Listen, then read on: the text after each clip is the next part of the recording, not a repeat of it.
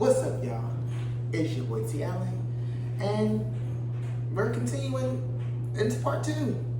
Alright, so for episode 2, we're going to be continuing the conversation that we started in episode 1 about becoming a butterfly. We're going to get a little bit more specific this time. So, I ended off last episode by talking about how I believe that I became a butterfly in multiple different ways, and it showed up in my life in multiple different ways. And I say that because it was just, I had to go through a lot of different battles in life simultaneously, in different areas of my life, and I feel like everything in my life was affecting. There was that one single thing in my life that I didn't have to adjust, and that's hard. That is hard.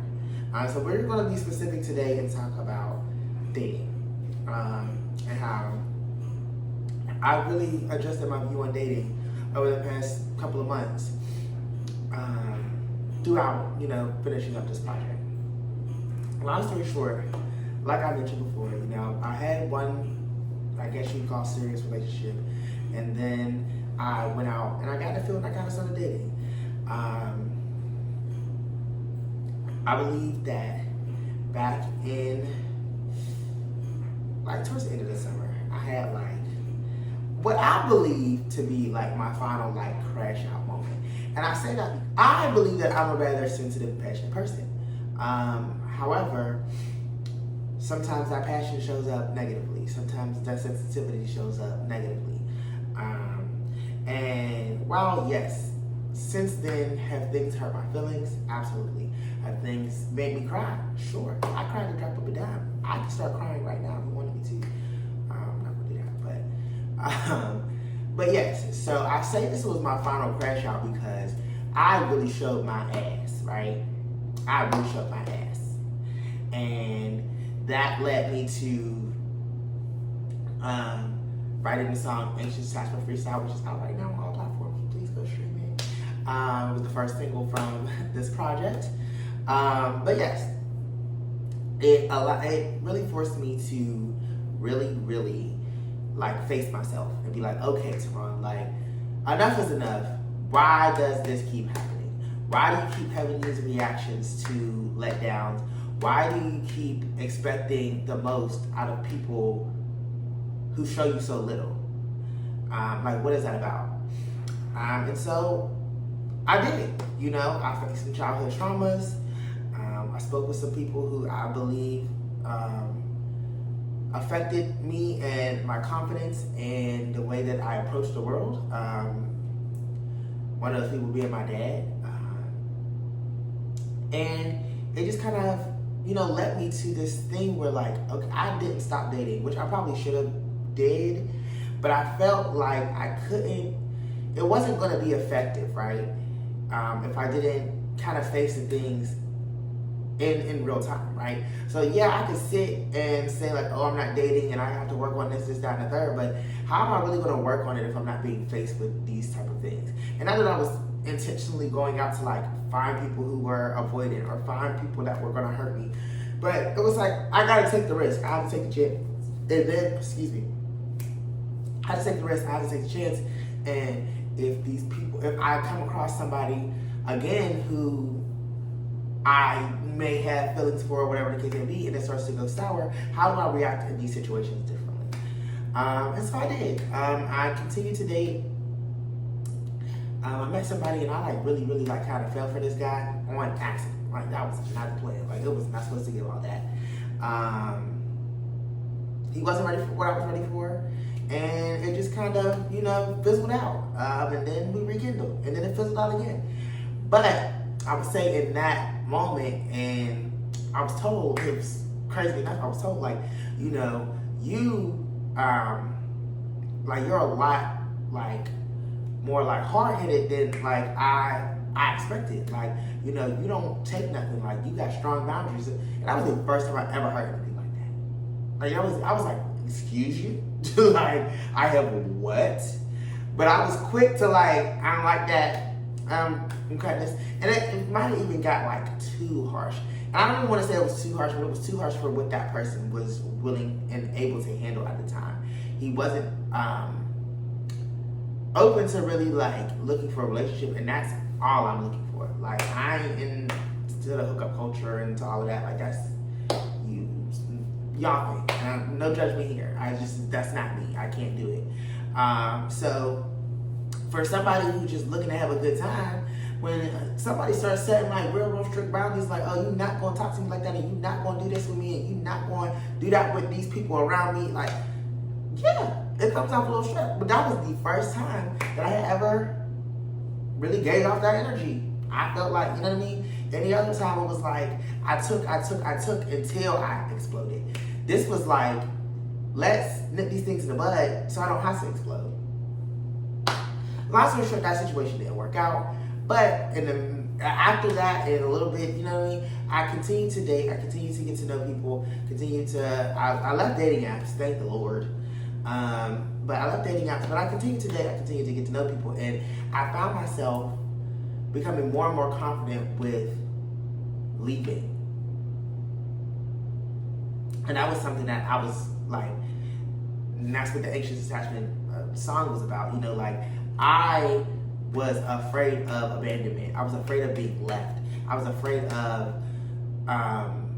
somebody not caring about me the way that I care about them, because I give like the life that I grew up in, the household that I grew up in. My mom and my grandmother like gave to strangers. Like, they did things for random people. Like, so for me, like, it was nothing to show up and show care for somebody, even if I barely knew them. So getting to know somebody and hanging around somebody, like, yes, like, I do care about you. Like, yes, I do, like, have well wishes for you. Yes, there are things about you that I admire. There are things about, otherwise you wouldn't be in my life. So it was like, I had to let go of the idea of that everybody had to stay here, right? Because not everybody is meant to stay here, and not everybody's going to stay here. So I really had to let go of that, and that was probably the hardest thing ever, because I always thought that my fairy tale was just gonna be like, oh, okay, you're gonna meet this person, y'all went to fall madly in love, and everything's gonna be history. Like, I used to say, like, when I was single, like, I had a long stint of being single, years of being single. I was like, I'm not even in a rush to meet nobody, because I know when I meet the next person, like, that's going to be it. Like, and that wasn't the case. And I was just naive enough to think that. But long story short, I got so much more comfortable with letting people go. It was like, I just finally like started to have the faith in God. Like, it's out of my control. Like, whatever God wants to happen is going to happen. It's not in my control to keep trying to force these people to be a part of my life and to want to stay here when they don't want to stay here. They never wanted to stay here. They never wanted to. That was not even a part of their plan. And I'm like holding out hope and forcing myself and making myself look stupid, and I'm being vulnerable with these people. And I don't regret ever being vulnerable or ever showing up genuine or showing up as myself with anybody. That is never, ever going to be something that you hear me complain about. I'm always going to show up 100% authentically myself. However, I need to be better at discerning who deserves that type of energy and who doesn't. So it just led me to kind of, you know, and I was quick to cut a nigga off these days, no shade. But I'm really like, you know, I just really want to be intentional about, if I'm going to be dating, if I'm going to be talking to somebody, if I'm going to be getting to know somebody, that it's for a reason. I'm not getting any younger, and I'm not old. I'm a young, hot thing, you know what I mean? However, end of the day, I have to be careful about myself, my heart, and my decisions, and I just don't want anybody to be able to stump on that again. And if that means hurting somebody's feelings because I stood up for myself, then that's what that means, and I don't feel sorry about it. Because why do I have to stand up for myself against you? What is that about? Like, let's get to the root of this, and then, you know, like, then we can call out my behavior once we realize, like, okay, is Teron just being a dickhead, or is Teron reacting? Is Teron being, and that's my real name, y'all, sorry. But, you know, like, what is that about? So, yeah, I really learned how to let go, and I believe that that was the thing that the caterpillar in me was. Hold on, make these people like you, make these people want to be here, make these people want to stay, and the butterfly is like, who's supposed to be here is going to be here, and you don't have to do anything extra but be yourself, and that's going to be enough. And if they can't get with that program, then they're not supposed to be a part of your program, and that's okay too. I mean, you can and love everybody from afar, and I just had to learn that. So I'm no longer in a space of trying to keep people here longer than what their intended purpose is to be. If you're supposed to just be a lesson, that's what you're going to be.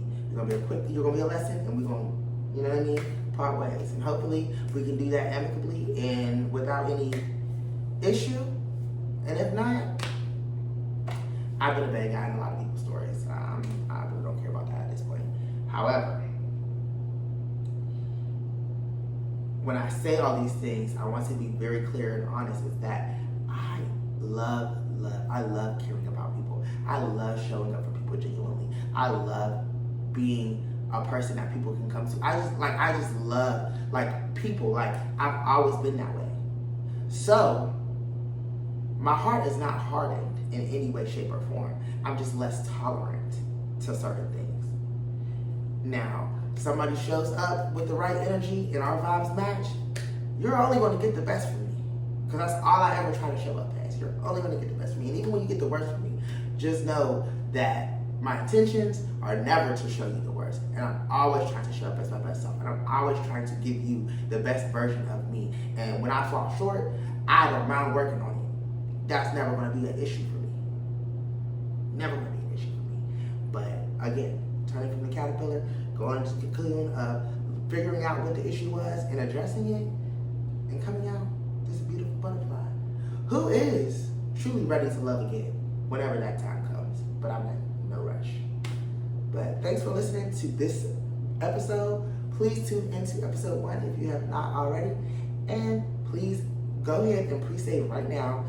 Butterfly is available in the description underneath this and in the link in my Instagram bio. You can pre-save Butterfly on Spotify. You can also go on iTunes and pre-order it as well. It's like less than $7. So thank you all for your support, and I can't wait to see you in the next episode.